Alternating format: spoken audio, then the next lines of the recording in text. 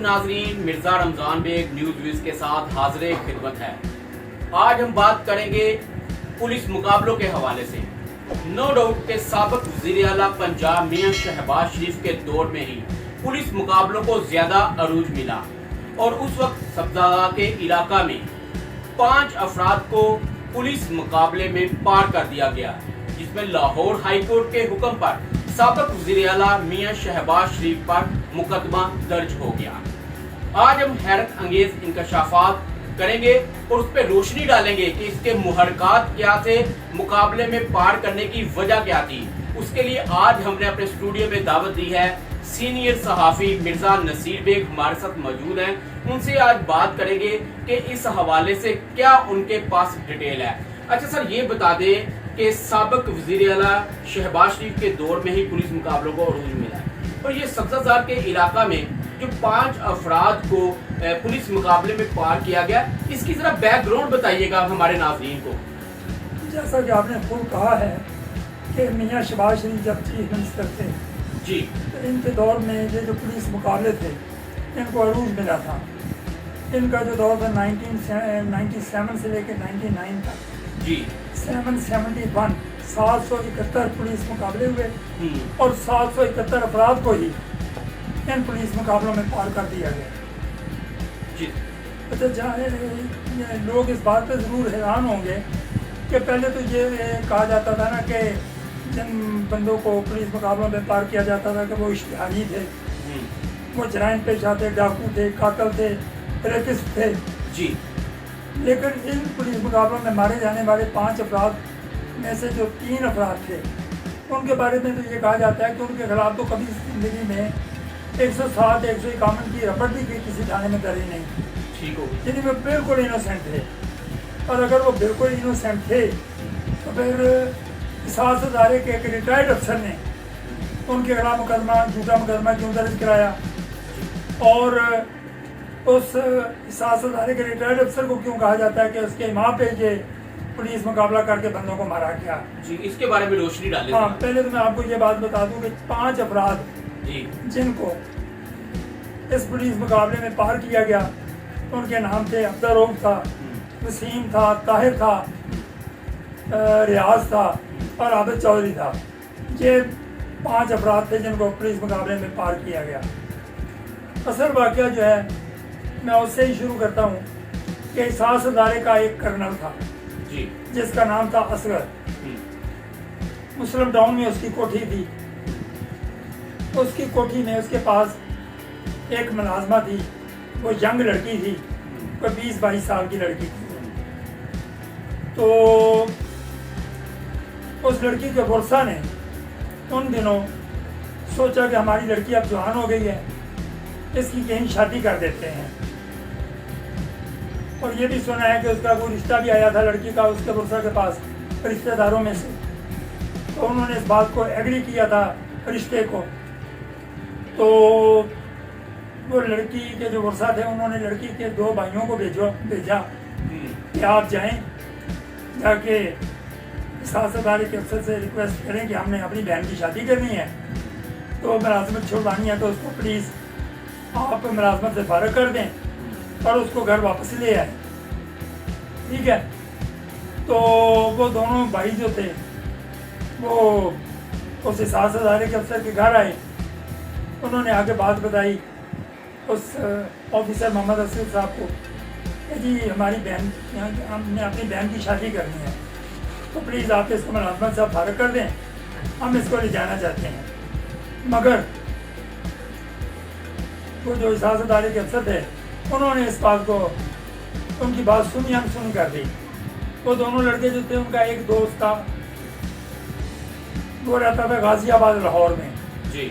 वो उस दोस्त के पास गए दोनों भाई, उसको जाके बात की। उसने कहा ये कैसे मुमकिन हो सकता है कि कोई अपनी बहन को ज़बरदस्ती अपने घर में महफूज करे। वो भी साथ आया। अब तीनों ने जब बात की तो असगर साहब ने ये मंतक पेश की कि जी ठीक है, आपकी बहन है, ये मेरे घर में मुलाजमत करती है और मैं इसकी बाकायदा आपको सैलरी देता हूँ हर महीने। तो लेकिन लड़की जो है अगर तो अपनी मर्जी से आपके साथ जाना चाहती है तो ये बिल्कुल आप इसको साथ ले जाएं, लेकिन ये अगर अपनी मर्जी से नहीं जाना चाहती तो आप इसको जबरदस्ती यहाँ से नहीं ले जा सकते। तो कोई कानून भी है ऐसा कि जबरदस्ती अगर आप लड़की को ले जाना चाहते हो तो लेके जा सकते हैं साथ, चाहे उसकी बहन हो या नहीं, जबरदस्ती ले जाने का कानून तो नहीं है कि कोई एक बालग लड़की हो या लड़का हो तो उसको कोई जबरदस्ती ले जाए। अखलाकियात की बात है, अखलाकी तौर पे वो बात बनती है। ओके। हाँ, अगर किसी को जबरदस्ती रोका जाए, जी।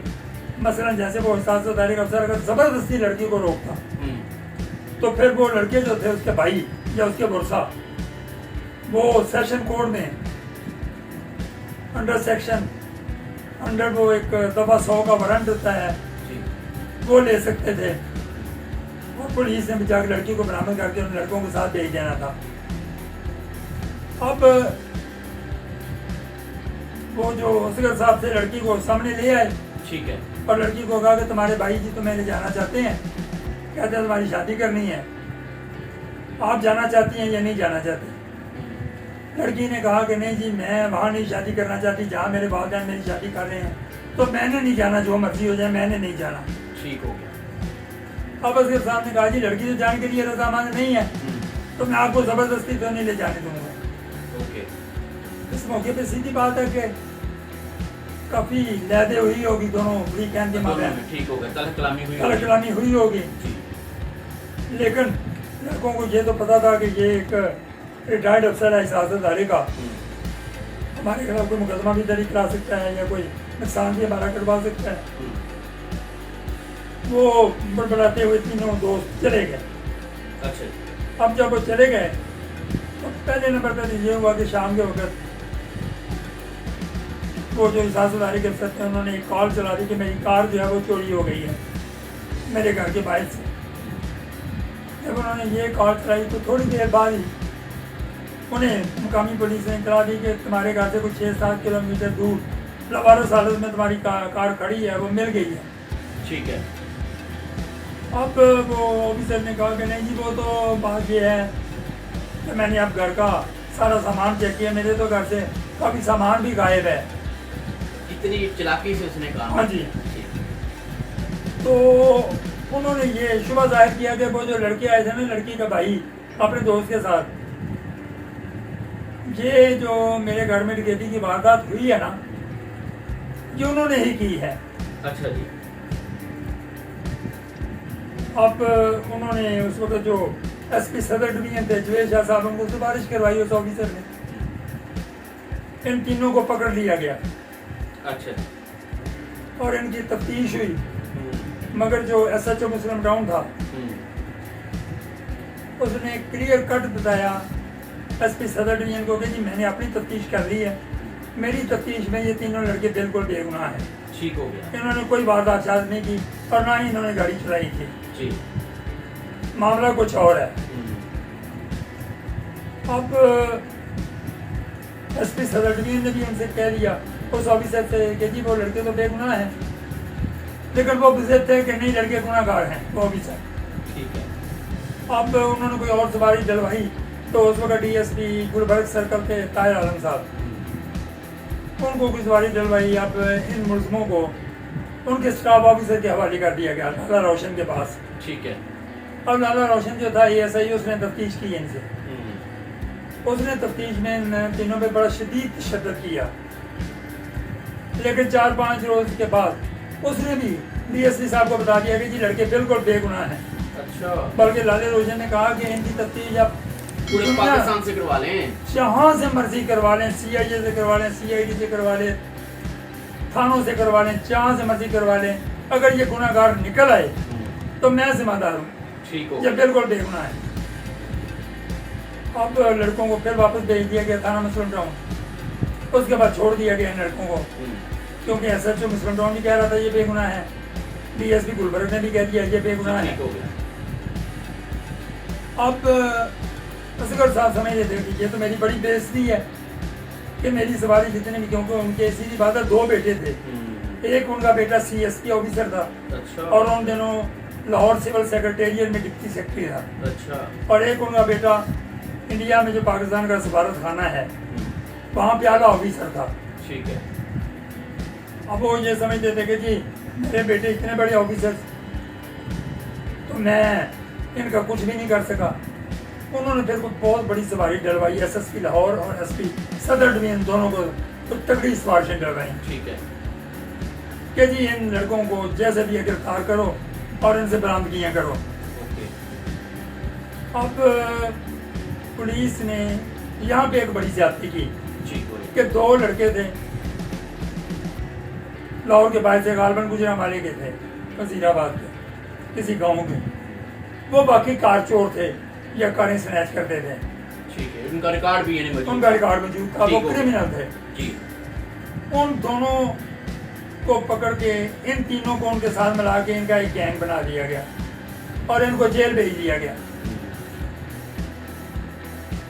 अब जेल जब भेज दिया गया तो फिर जो थाना मुस्लिम टाउन वाले जो हैं, मैं इसमें थाने वालों को इतना कसूरवार नहीं समझता क्योंकि इसमें सीनियर ऑफिसर्स का बहुत शदीद दबाव था असगर साहब की वजह से कि इनको जेल से लेके आए कि जी इनसे बरामदगी करनी है डकैती की। ठीक है और फिर क्या किया जी दौरान तफ्तीश उन्होंने इंकशाफ किया है कि जो खाड़क नाला है थाने सब्जादार के इलाके में जी उसके पास कुछ क्वार्टर हैं। हमने डकैती करके सामान वहाँ उस क्वार्टर में छुपाया हुआ है। अच्छा अब बताने वाले ये बताते हैं कि जी ये एक रोज़ इन 5 मुलजमान को वहाँ उस क्वार्टर में ले गए। क्वार्टर के मालिक से कोई साजबाज करके क्वार्टर की चाबी दी, वहाँ बंद कर दिया इन 5 को। और फिर रात के अंधेरे में 5 को ही क्वार्टर से बाहर निकाल के पुलिस मुकाबला बना के इनको 5 को मार दिया गया। तो ये बड़ी ज्यादती है कि जैली पुलिस मुकाबलों में वो 3 जो लड़के थे जो उसके भाई थे आप बता रहे हैं, तो ये जैली पुलिस मुकाबलों में बेगुनाह शहरियों को भी मारा जाता है? नहीं, मैं तो ये कह रहा हूँ कि आप तो बेगुनाह कहते हैं, हम तो हमेशा रोना रोते थे कि ये जी जो सिपाही होता है head constable SI sub inspector ये ज्यादतियाँ करते हैं जी। तो यहाँ मैंने आपको बताया है कि जो सब इंस्पेक्टर था एसएचओ वो इस बात पे अटा हुआ था, जितना मर्जी दबाव था लेकिन वो अड़ा हुआ था अपनी बात पे कि ये बंदे बेगुनाह हैं। इसी तरीके से लाला रोशन जो था डीएसपी गुलबर्ग का स्टाफ ऑफिसर वो एएसआई था, वो भी अड़ गया था अपनी बात पे जितना मर्जी दबाव था कि ये लड़के बेगुनाह हैं। अच्छा मिर्जा साहब, इसमें जो 5 अफराद को पुलिस मुकाबले में जैली पुलिस मुकाबले में कत्ल किया गया, ये बताएं कि इसमें नामजद मियां शहबाज शरीफ का नाम था जो लाहौर हाईकोर्ट के हुक्म पर उनके खिलाफ मुकदमा दर्ज हुआ, वो अब कहाँ तक वो ये बात हुई कि जब ये 5 मारे गए तो अखबारात में भी बड़ी खबरें छपी हैं इनके बारे में कि जैली पुलिस मुकाबला है जी। इसके अलावा वो जो लड़के मारे गए थे उनके पुलिस ने भी बड़ा शोर शोर मचाया था जी। ये जो मारे गए थे ना मुलजमान, इनमें से एक का बाप वकील था जी। तो उन्होंने फिर यहाँ उस वकील ने लाहौर बार में आग का भी शोर शोर मचाया जी। तो लाहौर बार के जो कुछ 2 वकील थे गालबन अहदेदार भी थे, उन्होंने उसकी मदद करने का बीड़ा उठाया। ठीक है। क्या हम तुम्हारी मदद करेंगे। उनमें से एक वकील ने फिर ये कहा ना कि मैं अपने किसी काम के सिलसिले में डीएसपी कॉल डाउन सर्कल उमर बेरक साहब के पास गया हुआ था, तो मेरे होते हुए फ़ोन आया था मियां शहबाज शरीफ का उमर बेरक साहब को। अच्छा। पुलिस मुकाबले में मार दो इनको अगर नहीं बरामदगियाँ देते तो। ठीक ठीक ठीक। उन वकील साहब ने फिर हाई कोर्ट में सन 2000 में रिट भी दायर कर दी। मुकाबला तो हुआ ना अप्रैल 1998 में, तो 2000 में रिट दायर हो गई हाई कोर्ट में। ठीक है। तो 2001 में फिर लाहौर हाई कोर्ट ने ऑर्डर दे दिया कि मुकदमा दर्ज कराओ। उन्होंने दर्ज करो। उन्होंने ये कहा था कि ये जो पुलिस मुकाबला हुआ ना हमारे लड़कों का, ये मियां शहबाज शरीफ साहब के इमाम पे हुआ है। अच्छा। या उनके हुक्म पे हुआ है जी। इस वजह से उनको नामजद किया गया।